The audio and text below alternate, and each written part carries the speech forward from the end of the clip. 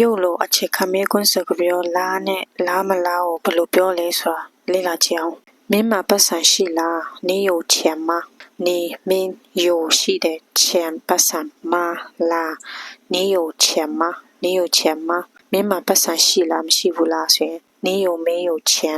有ကရှိတယ်没有ကမရှိဘူး有没有ဆိုရင်ရှိလားမရှိဘူးလားကိုပြောရနော်你有没有钱မင်းနားလေလား你懂吗